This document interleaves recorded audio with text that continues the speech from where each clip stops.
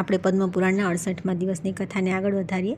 બ્રાહ્મણના જમણા પગમાં સંપૂર્ણ તીર્થમુખમાં વેદ તથા સમસ્ત અંગોમાં દેવતા નિવાસ કરે છે. તેથી બ્રાહ્મણનું પૂજન કરવાથી આ બધાની પૂજા થઈ જાય છે. આના પછી હરિપ્રિયા તુલસીજીની પૂજા કરવી.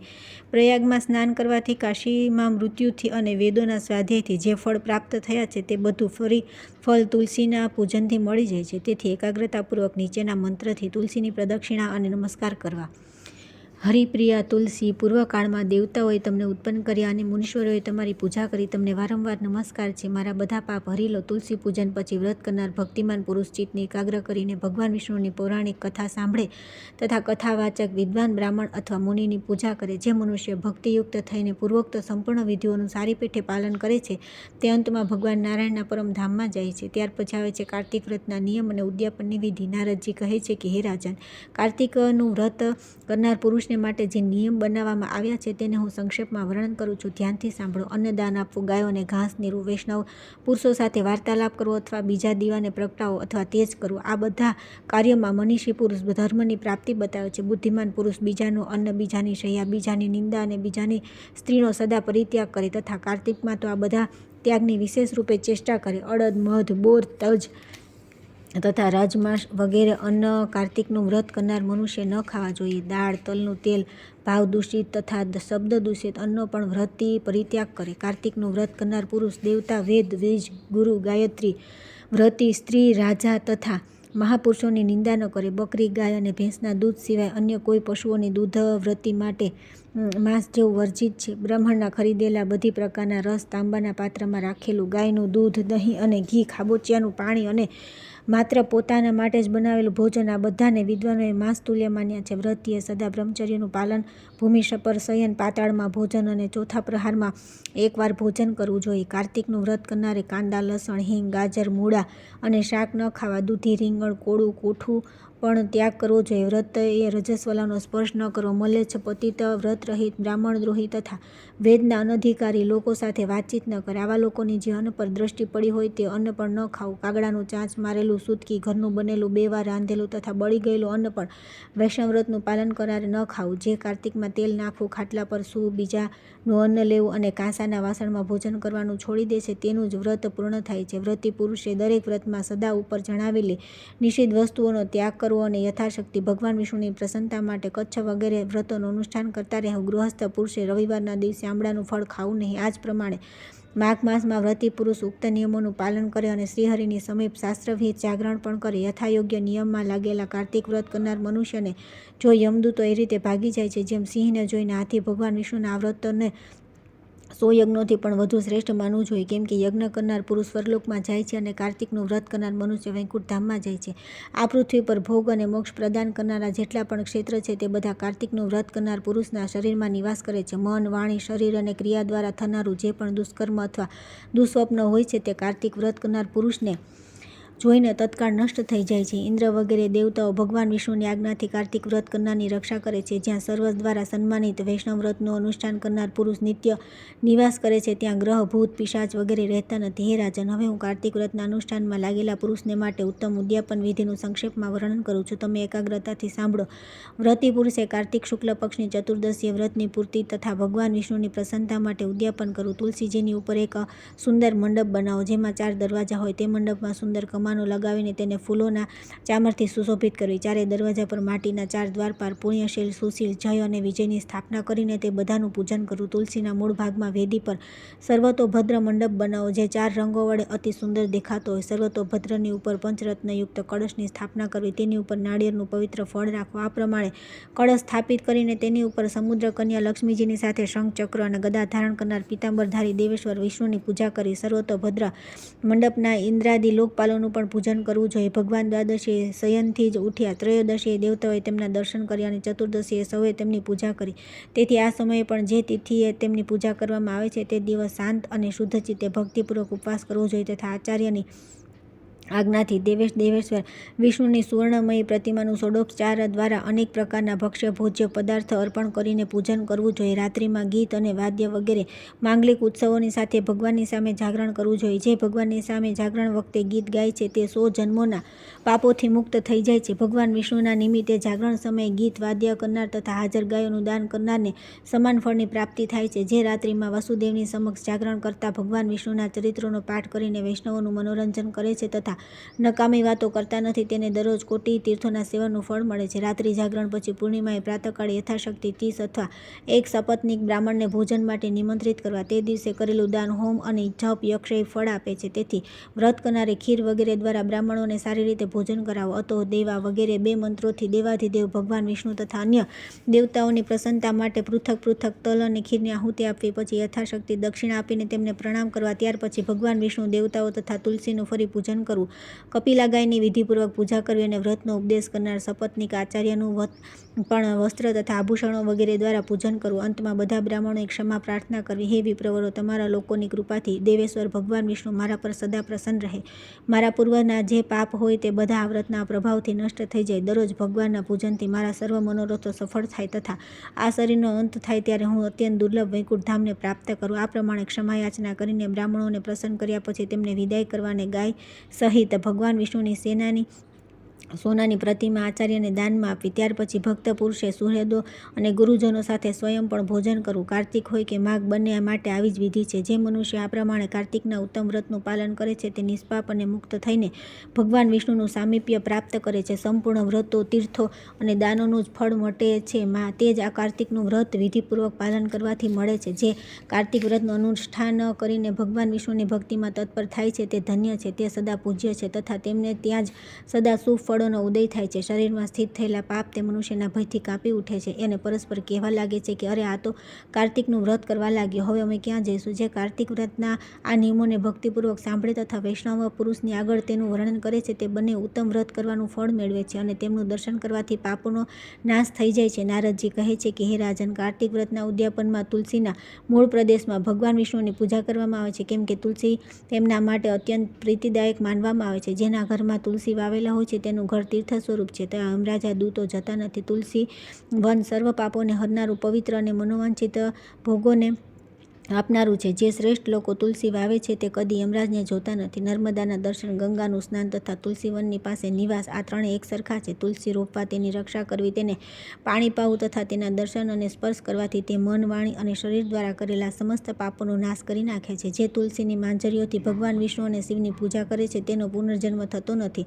અર્થાત મોક્ષ પામે છે. પુષ્કર વગેરે તીર્થ, ગંગા વગેરે નદીઓ તથા વસુદેવ વગેરે દેવતા બધા તુલસી દલમાં નિવાસ કરે છે. હે નૃપશ્રેષ્ઠ, જે તુલસીની મંજરીનો સ્પર્શ કરીને પ્રાણ ત્યાગ કરે છે તેને વિષ્ણુનું સાયુજ્ય પ્રાપ્ત થાય છે. આ સત્ય છે, સત્ય છે. જે શરીર પર તુલસીની માટી લગાવીને મૃત્યુ પામે છે તે સેંકડો પાપોથી યુક્ત હોય તો પણ તેની સાથે યમરાજ જોતા નથી. જે મનુષ્ય તુલસીના લાકડાનું ચંદન લગાવે છે તેના શરીરનો પાપ સ્પર્શ કરતા નથી. જ્યાં જ્યાં તુલસી વનની છાયા હોય ત્યાં શ્રાદ્ધ કરવું જોઈએ, કેમ કે ત્યાં પિતરોના નિમિત્તે આપેલું દાન અક્ષય થાય છે. હે નૃપશ્રેષ્ઠ, જે આમળાની છાયામાં પિંડદાન કરે છે તેના નરકમાં પડેલા પિતૃઓ પણ મુક્ત થઈ જાય છે.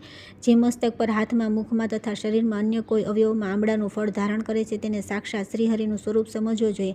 આમળા, તુલસી અને ગોપીચંદન સદા તેમના શરીર પર હોય તે મનુષ્ય જીવનમુક્ત કહેવાય છે. જે મનુષ્ય આમળાનું ફળ અને તુલસીદળના મિશ્રિત જળથી સ્નાન કરે છે તેના માટે ગંગા સ્નાનનું ફળ બતાવાયું છે.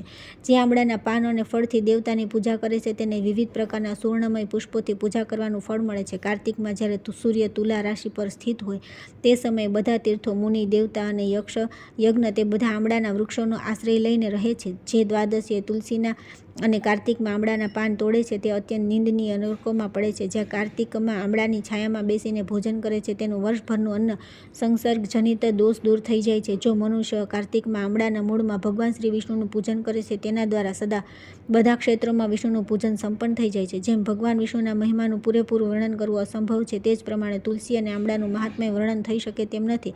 જે આમળા અને તુલસીની ઉત્પત્તિ કથાને ભક્તિપૂર્વક સંભળાવે છે તે નિષ્પાપ થઈ પોતાના પૂર્વજોની સાથે શ્રેષ્ઠ વિમાન પર બેસીને સ્વર્ગલોકમાં જાય છે. ત્યાર પછી આવે છે કાર્તિક વ્રતના પુણ્ય દાનથી એક રાક્ષસીનો ઉદ્ધાર.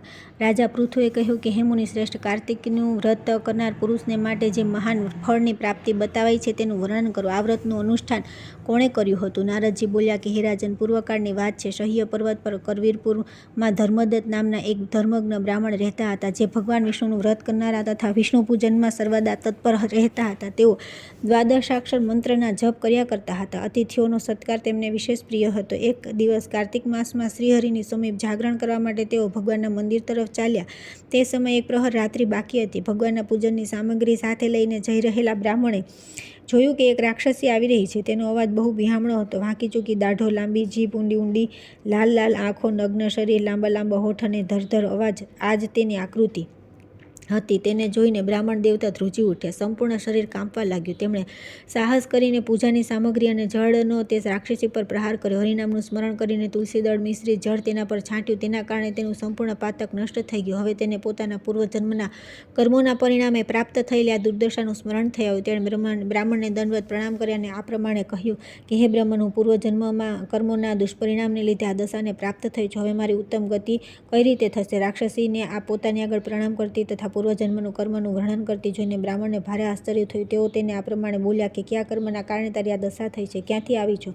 તારું નામ શું છે તથા તારો આચાર વ્યવહાર કેવો છે? આ બધી વાત મને જણાવ. કલ્હા બોલી કે હે બ્રહ્મન, મારા પૂર્વજન્મની વાત છે. સૌરાષ્ટ્ર નગરમાં ભિક્ષુ નામના એક બ્રાહ્મણ રહેતા હતા. હું તેમની પત્ની હતી. મારું નામ કલ્હા હતું. હું બહુ ભયંકર સ્વભાવની સ્ત્રી હતી. મેં વચનથી પણ કદી મારા પતિનું હિત કર્યું નથી. તેમને કદી મધુર ભોજન પીરસ્યું નથી. હું સદા તેમની આજ્ઞાનું ઉલ્લંઘન કર્યા કરતી હતી. ક્લેશ મને વિશેષ પ્રિય હતો. તે બ્રાહ્મણ સદા મારાથી દુઃખી રહેતા હતા. છેવટે મારા પતિએ બીજી સ્ત્રી સાથે લગ્ન કરવાનો નિશ્ચય કર્યો. ત્યારે મેં વિષપાન ખાઈને મારા પ્રાણ ત્યાગી દીધા. પછી યમરાજના દૂતો આવ્યા અને મને યમલોકમાં લઈ ગયા. યમરાજે મને જોઈને ચિત્રગુપ્તને પૂછ્યું કે હે ચિત્રગુપ્ત, જુઓ તો ખરા આણે કેવા કર્મ કર્યા છે. આને શુભ કર્મનું ફળ મળશે કે અશુભનું? ચિત્રગુપ્તે કહ્યું કે હે ધર્મરાજ, આણે તો કોઈ પણ શુભ કર્મ કર્યું નથી. આ પોતે માલ મીઠાઈઓ ઝાપડતી હતી અને પોતાના સ્વામીને કંઈ જ આપતી નહોતી. તેથી બગલીની વનમાં જન્મ લઈને આ પોતાની વિષ્ઠા ખાઈને જીવન ધારણ કરી. આણે સદા પોતાના સ્વામીનો દ્વેષ કર્યો છે તથા હંમેશા ક્લેશમાં જ આનું જીવન પસાર થયું છે. તેથી આ ડુકરીની યોનિમાં જન્મ લઈને વિષ્ઠા ખાતી રહે. વાસણમાં ભોજન બનાવવામાં આવે છે તેમાં જ આ ખાતી હતી. તેથી તે દોષના પ્રભાવથી આ પોતાના જ સંતાનનું ભક્ષણ કરનારી બિલાડી થાય તથા પોતાના સ્વામીને નિમિત્ત બનાવીને આણે આત્મહત્યા કરી છે. તેથી આ અત્યંત નિંદનીય સ્ત્રી થોડા સમય સુધી પ્રેત શરીરમાં પણ રહે. દૂતોની સાથે આને મરુ પ્રદેશ મોકલવી જોઈએ, ત્યાં ચિરકાળ સુધી પ્રેત યોનિમાં રહે. ત્યાર પછી આ પાપણી 3 યોનિઓનું પણ કષ્ટ ભોગવશે.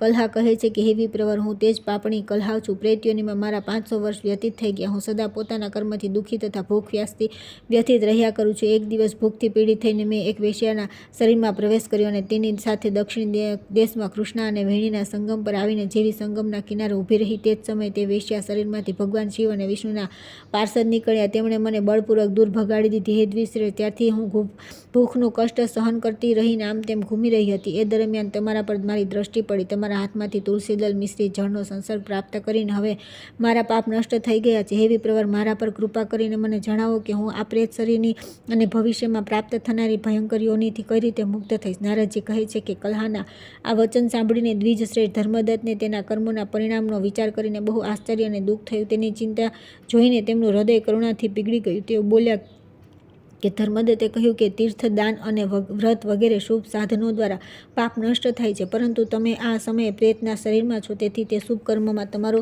અધિકાર નથી. છતાં તમારું દુઃખ જોઈને મને બહુ દુઃખ થઈ રહ્યું છે. તમે દુઃખી છો. તમારો ઉદ્ધાર કર્યા વિના મને શાંતિ મળશે નહીં. તેથી મેં જન્મથી લઈને આજ સુધી જે કાર્તિક વ્રતનું અનુષ્ઠાન કર્યું છે તેનું અડધું પુણ્ય તમને ઉત્તમ ગતિને પ્રાપ્ત થાવ. આમ કહીને ધર્મદત્ત દ્વાદક્ષર મંત્ર સંભળાવીને તુલસી મિશ્રિત જળથી તે જેવો અભિષેક કર્યો કે તરત જ તે પ્રેત શરીરથી મુક્ત થઈને દિવ્ય સ્વરૂપધારી દેવી થઈ ગઈ. ધધકતા અગ્નિની જ્વાળા જેવી તેજસ્વીની દેખાવા લાગી. સુંદરતાથી તો તે એવી લાગતી હતી કે જાણે સાક્ષાત લક્ષ્મી હોય. ત્યાર પછી તેણે જમીન પર માથું ટેકવી બ્રાહ્મણ દેવતાને પ્રણામ કર્યા અને આનંદ વિભોર થઈને ગદગદ વાણીમાં કહ્યું કે હે દ્વિશ્રેષ્ઠ, તમારી કૃપાથી હું નરકમાંથી છૂટી ગઈ. હું પાપના સમુદ્રમાં ડૂબી રહી હતી, તમે મારા માટે નૌકા સમાન બની ગયા. તે આ પ્રમાણે બ્રાહ્મણ દેવતા સાથે વાત કરી જ રહી હતી કે આકાશમાંથી વિમાન ઉતરતું દેખાયું.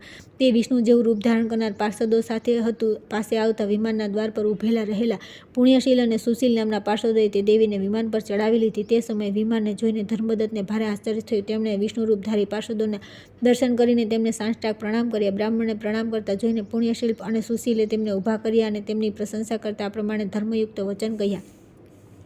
બંને પાર્ષદ બોલ્યા કે હે દ્વિજશ્રેષ્ઠ, તમને ધન્યવાદ છે, કેમ કે તમે સદા ભગવાન વિષ્ણુની આરાધનામાં સંલગ્ન રહો છો. દિનો પર દયા કરનારો તમારો સ્વભાવ છે. તમે ધર્માત્મા અને વિષ્ણુ વ્રતનું અનુષ્ઠાન કરનારા છો. તમે બાળપણથી આજ સુધી જે કલ્યાણ વ્રત કાર્તિકનું વ્રત કર્યું છે તેના અડધાનું દાન કરીને 2 ગણું પુણ્ય પ્રાપ્ત કર્યું છે. તમે મહાન દયાળુ છો. તમારા દ્વારા દાન કરાયેલા કાર્તિક વ્રતના અંગભૂત તુલસી પૂજન વગેરે શુભ કર્મના ફળથી આ સ્ત્રી આજે ભગવાન વિષ્ણુના ધામમાં જઈ રહી છે. તમે પણ આ શરીરનો અંત થતાં પોતાની બંને પત્નીઓ સાથે ભગવાન વિષ્ણુના વૈકુંઠ ધામમાં જશો અને તેમના જેવું જ રૂપ ધારણ કરીને સદા તેમની પાસે નિવાસ કરશો. હે ધર્મદત્ત, જે લોકોએ તમારી જેમ વિષ્ણુની ભક્તિપૂર્વક આરાધના કરી છે તેઓ ધન્ય અને કૃતકૃત્ય છે તથા સંસારમાં તેમનો જ જન્મ લેવો સાર્થક છે. જેમણે પૂર્વકાળમાં રાજા ઉતાનપાદના પુત્ર ધ્રુવને ધ્રુવપદ તથા પર સ્થાપિત કર્યા હતા, તે વિષ્ણુની જો સારી રીતે આરાધના કરવામાં આવે તો તેઓ ઉપાસકને શું નથી આપતા. ભગવાનના નામનું સ્મરણ કરવા માત્રથી દેહધારી જીવ સદગતિને પ્રાપ્ત થઈ જાય છે. પૂર્વકાળમાં જ્યારે ગજરાજને ગ્રાહે પકડી લીધો તે સમયે તેણે શ્રીહરિના નામ સ્મરણથી સંકટમાંથી છુટકારો મેળવીને ભગવાનનું સામીપ્ય પ્રાપ્ત કર્યું હતું અને તે જ હવે ભગવાનનો જય નામે પ્રસિદ્ધ પાર્ષદ છે. તમે પણ શ્રીહરિની આરાધના કરી છે, તેથી તેઓ તમને પણ પોતાની પાસે અવશ્ય સ્થાન આપશે. ત્યાર પછી આવે છે કાર્તિક મહાત્મ્યના પ્રસંગમાં રાજા ચોલ અને વિષ્ણુદાસની કથા. નારદજી કહે છે કે આ પ્રમાણે વિષ્ણુ પાર્ષદોના વચન સાંભળીને ધર્મદત્તને ભારે આશ્ચર્ય થયું. તેઓ તેમને સાષ્ટાંગ પ્રણામ કરીને બોલ્યા કે પ્રાય બધા લોકો ભક્તોના કષ્ટ દૂર કરનારા વિષ્ણુની યજ્ઞ, દાન, વ્રત, તીર્થસેવન અને તપસ્યાઓ દ્વારા વિધિપૂર્વક આરાધના કરે છે. તે બધા સાધનોમાં કયું એવું સાધન છે જે વિષ્ણુને પ્રીતિકારક તથા તેમના સામીપ્યની પ્રાપ્તિ કરાવનારું છે? કયા સાધનનું અનુષ્ઠાન કરવાથી ઉપરના બધા સાધનોનું અનુષ્ઠાન સ્વતઃ થઈ જાય છે? બંને પાર્ષદોએ કહ્યું કે હે બ્રહ્મન, તમે બહુ ઉત્તમ વાત પૂછી છે. હવે એકાગ્રતાથી સાંભળો. અમે ઇતિહાસ સહિત પ્રાચીન વૃત્તાંતનું વર્ણન કરીએ છીએ. પહેલા કાંચીપુરમાં ચોલ નામના એક ચક્રવર્તી રાજા થઈ ગયા છે. તેમને આધીન જેટલા દેશ હતા તે પણ ચોલ નામે જ વિખ્યાત થયા. રાજા ચોલ જ્યારે આ ભૂમંડળનું શાસન કરતા હતા તે સમયે કોઈ પણ મનુષ્ય દરિદ્રી, દુઃખી, પાપપરાયણ અથવા રોગી ન હતો. તેમણે એટલા યજ્ઞ કર્યા જેમની કોઈ ગણતરી થઈ શકતી નથી. તેમના યજ્ઞના સોનાના અને શોભાયુક્ત યુપોથી ભરાયેલા તામ્રપર્ણી નદીના બંને કિનારા ચૈત્રરથ વન જેવા સુશોભિત થતા હતા. એક સમયની વાત છે. રાજા ચોલ અનંત શયન નામના તીર્થમાં ગયા, જ્યાં જગદીશ્વર શ્રી વિષ્ણુ યોગ નિદ્રાનો આશ્રય લઈને સૂઈ રહ્યા હતા. ત્યાં લક્ષ્મી રમણ ભગવાન શ્રી વિષ્ણુના દિવ્ય વિગ્રહની રાજાએ વિધિપૂર્વક પૂજા કરી. મણિ, મોતી તથા સોનાના બનેલા સુંદર ફૂલોથી પૂજન કરીને તેમણે ભગવાનને સાષ્ટાંગ પ્રણામ કર્યા. પ્રણામ કરીને તેઓ જેવા બેઠા તે જ સમયે તેમની દ્રષ્ટિ ભગવાન પાસે આવી રહેલા એક બ્રાહ્મણ પર પડી, જે તેમની જે કાંચન નગરીના નિવાસી હતા. તેમનું નામ વિષ્ણુદાસ હતું. તેઓએ ભગવાનની પૂજા માટે તેમના હાથમાં તુલસીદળ અને જળ રાખેલું હતું. નિકટ આવ્યા પછી તે બ્રાહ્મણીએ વિષ્ણુ સૂક્તનો પાઠ કરતાં કરતાં ભગવાનને સ્નાન કરાવ્યું અને તુલસીની મંજરી તથા પાંદડાથી વિધિવત પૂજા કરી. રાજા ચોલે જે પહેલા રત્નોથી ભગવાનની પૂજા કરી હતી તે બધી તુલસી પૂજાથી ઢંકાઈ ગઈ. આ જોઈને રાજા ક્રોધ કરીને બોલ્યા કે વિષ્ણુદાસ, મેં મણિ અને સુવર્ણથી ભગવાનની પૂજા કરી હતી, તે કેટલી શોભાયમાન લાગતી હતી, પરંતુ તમે તુલસીદળ ચઢાવીને બધું ઢાંકી દીધું. તમે આવું કેમ કર્યું? મને તો એવું લાગે છે કે તમે મહામૂર્ખ છો, ભગવાન વિષ્ણુની ભક્તિને બિલકુલ જાણતા નથી. ત્યારે જ તમે અત્યંત સુંદર સજી સજાવેલી પૂજાને પાંદડાથી ઢાંકી રહ્યા છો. તમારા વર્તનથી મને બહુ આશ્ચર્ય થયું છે. વિષ્ણુદાસ બોલ્યા કે હે રાજન, તમને ભક્તિનું કોઈ જ જ્ઞાન નથી. માત્ર રાજ્યલક્ષ્મીના કારણે તમે અભિમાન કરી રહ્યા છો. તમે એ તો જણાવો કે આજ પહેલાં તમે કેટલા વૈષ્ણવ વ્રતોનું પાલન કર્યું છે? રાજાએ કહ્યું કે બ્રાહ્મણ, જો તમે વિષ્ણુ ભક્તિથી અત્યંત ગર્વમાં આવીને આવી વાત કરતા હો તો બતાવો તમે કેટલી ભક્તિ કરી છે. તમે તો દરિદ્ર છો, નિર્ધન છો. તમે વિષ્ણુને સંતુષ્ટ કરનારા યજ્ઞ અને દાન કદી કર્યા નથી તથા ક્યાંય કોઈ મંદિર પણ બનાવડાવ્યું નથી. આવી દશામાં પણ તમને પોતાની ભક્તિનો આટલો અભિમાન છે. સારું, તો આજે અહીં કેટલા પણ શ્રેષ્ઠ બ્રાહ્મણ ઉપસ્થિત છે તે બધા કાન ખોલીને મારી વાત સાંભળી લો. જેવું જોઉં છું કે હું પહેલાં ભગવાન વિષ્ણુના દર્શન કરું છું કે આ બ્રાહ્મણ. આનાથી લોકોને ખ્યાલ આવી જશે કે અમારા બંનેમાં કોનામાં કેટલી ભક્તિ છે. બંને પાર્ષદ બોલ્યા કે બ્રહ્મણ. આમ કહીને રાજા ચોલ પોતાના રાજભવનમાં ચાલ્યા ગયા અને તેમણે મહર્ષિ મૃદગલને આચાર્ય બનાવીને વૈષ્ણવ યજ્ઞનું અનુષ્ઠાન શરૂ કર્યું, જેમાં ઘણા ઋષિઓનો સમુદાય એકત્રિત થયો. વિપુલ માત્રામાં અન્ન વાપરવામાં આવ્યું અને પ્રચુર દક્ષિણા આપવામાં આવી. જેમ પૂર્વકાળમાં ગયા ક્ષેત્રમાં બ્રહ્માજીએ સમૃદ્ધિશાળી યજ્ઞનું અનુષ્ઠાન કર્યું હતું, તે જ પ્રમાણે રાજા ચોલે પણ મહાન યજ્ઞ આરંભ કર્યો. આ બાજુ વિષ્ણુદાસ પણ ત્યાં જ ભગવાનના મંદિરમાં રોકાઈ ગયા અને શ્રીકૃષ્ણને સંતુષ્ટ કરનારા શાસ્ત્રોક્ત નિયમોનું સારી રીતે પાલન કરતા રહીને સતત વ્રતનું અનુષ્ઠાન કરવા લાગ્યા. માઘ અને કાર્તિકના વ્રત, તુલસીના બગીચાનું સારી પેઠે પાલન, એકાદશીનું વ્રત, દ્વાદશાક્ષર મંત્રનો જપ તથા ગીત, નૃત્ય વગેરે માંગલિક ઉત્સવોની સાથે ષોડોપચાર દ્વારા દરરોજ વિષ્ણુની પૂજા, આ જ તેમની જીવનચર્ચા હતી. તેઓ આ જ બધા વ્રતોનું પાલન કરતા હતા. ચાલતા, ખાતા અને સૂતી વખતે પણ તેમને નિરંતર વિષ્ણુનું સ્મરણ રહેતું હતું. તેઓ સમદર્શી હતા અને સંપૂર્ણ પ્રાણીઓમાં ભગવાન વિષ્ણુને સ્થિત જોતા હતા. તેમણે ભગવાન વિષ્ણુને સંતોષને માટે ઉદ્યાપન વિધિ સહિત માઘ અને કાર્તિકના મુખ્ય નિયમોનું પણ સદા પાલન કર્યું. આ પ્રમાણે રાજા ચોલ અને વિષ્ણુદાસ બંને પોતપોતાના વ્રતમાં સ્થિત રહેતા હતા. બંનેની ઇન્દ્રિયો અને કર્મ ભગવાનમાં જ કેન્દ્રિત હતા. એક દિવસની વાત છે. વિષ્ણુદાસે નિત્ય કર્મ કર્યા પછી ભોજન તૈયાર કર્યું, પરંતુ તે ભોજન કોઈ ચોરી ગયો. ચોરનાર પર કોઈની દ્રષ્ટિ ન પડી. વિષ્ણુદાસે જોયું, ભોજન દેખાતું નથી, છતાં તેમણે બીજી વાર ભોજન બનાવ્યું નહીં, કેમ કે આમ કરવાથી સંધ્યાકાલની પૂજા માટે સમય રહેતો નથી.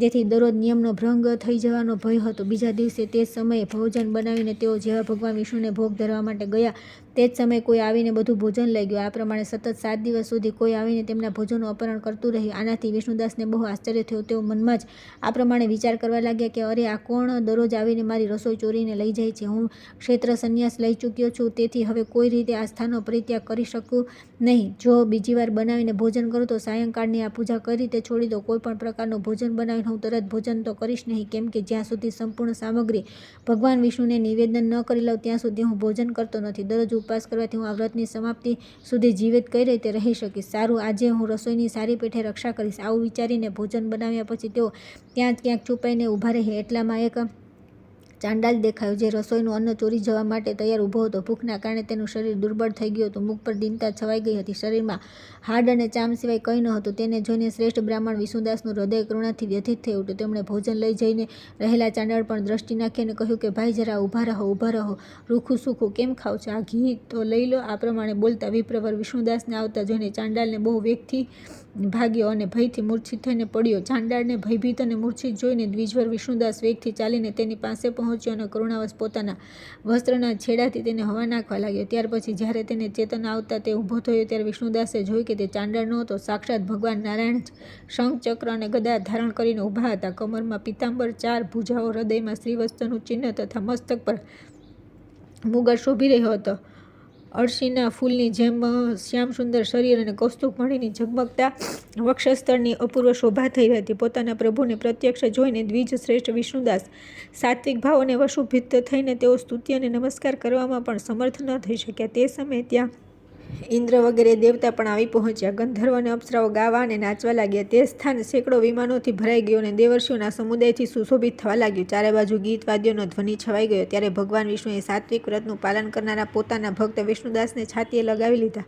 તેમને પોતાના જેવું જ રૂપ આપીને તેઓ વૈકુંઠ ધામમાં લઈ ગયા. તે સમયે યજ્ઞમાં દીક્ષિત થયેલા રાજા ચોલે જોયું, વિષ્ણુદાસ એક સુંદર વિમાન પર બેસીને ભગવાન વિષ્ણુના ધામમાં જઈ રહ્યા છે. વિષ્ણુદાસને વૈકુંઠ ધામમાં જતા જોઈને રાજાએ તરત જ પોતાના ગુરુ મહર્ષિ મૃદગલને બોલાવ્યા અને આ પ્રમાણે કહ્યું કે રાજા બોલ્યા, જેની સાથે જીભાજોડી થવાના કારણે મેં આ યજ્ઞ, દાન વગેરે કર્મનું અનુષ્ઠાન કર્યું છે, તે બ્રાહ્મણ આજે ભગવાન વિષ્ણુનું રૂપ ધારણ કરીને મારાથી પહેલાં જ વૈકુંઠ ધામમાં જઈ રહ્યો છે. મેં આ વૈષ્ણવ યાગમાં સારી રીતે દીક્ષિત થઈને અગ્નિમાં હવન કર્યો અને દાન વગેરે દ્વારા બ્રાહ્મણોના મનોરથ પૂર્ણ કર્યા, છતાં ભગવાન હજી સુધી મારા પર પ્રસન્ન થયા અને બ્રાહ્મણને માત્ર ભક્તિના કારણે શ્રીહરિએ પ્રત્યક્ષ દર્શન આપ્યા. તેથી ખ્યાલ આવે છે કે ભગવાન વિષ્ણુ ફક્ત દાન અને યજ્ઞથી પ્રસન્ન થતા નથી. પ્રભુના દર્શન પામવામાં માત્ર ભક્તિ જ કારણ છે. બંને પાર્ષદ કહે છે કે આમ કહીને રાજાએ પોતાના ભાણેજને રાજ્ય સિંહાસન પર અભિષિક્ત કરી દીધા. તેઓ બાળપણથી જ યજ્ઞની દીક્ષા લઈને તેમાં સંલગ્ન રહેતા હતા, તેથી તેમને કોઈ પુત્ર ન થયો. આ જ કારણ છે કે તે દેશમાં આજ સુધી ભાણેજ સદા રાજ્યના ઉત્તરાધિકારી થાય છે. તે બધા રાજા ચોલ દ્વારા સ્થાપિત આચારનું પાલન કરે છે. ભાણેજને રાજ્ય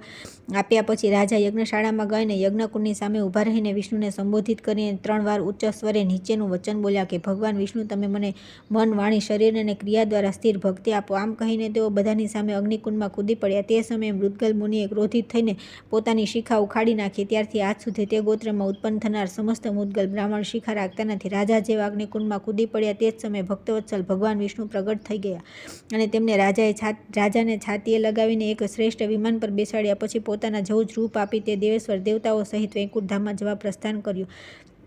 ઉક્ત બંને ભક્તોમાં જે વિષ્ણુદાસ હતા તેઓ પુણ્યશીલ નામે પ્રસિદ્ધ ભગવાનના પાર્ષદ થયા તથા જે રાજા ચોલ હતા તે તેમનું નામ સુશીલ થયું.